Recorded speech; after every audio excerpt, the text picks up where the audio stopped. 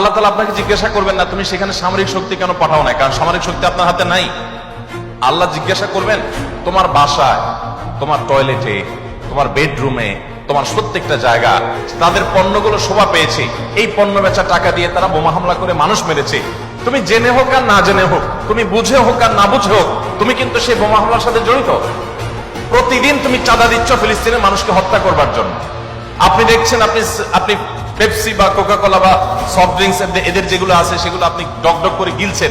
আমি দেখছি সেগুলা লাল কালারের ওই পেপসি না, এগুলো হলো ফিলিস্তিনের মানুষের রক্ত। আমরা কয়দিন খুব জোরে সোরে বয়কট করে এরপরে আবার আমাদের সবকিছু সয়ে যায়। এক ভাই খুব চমৎকার বলেছেন, আমরা মানিয়ে নিয়েছি শোক, আবার উদরে ঢালছি ক্ষোভ।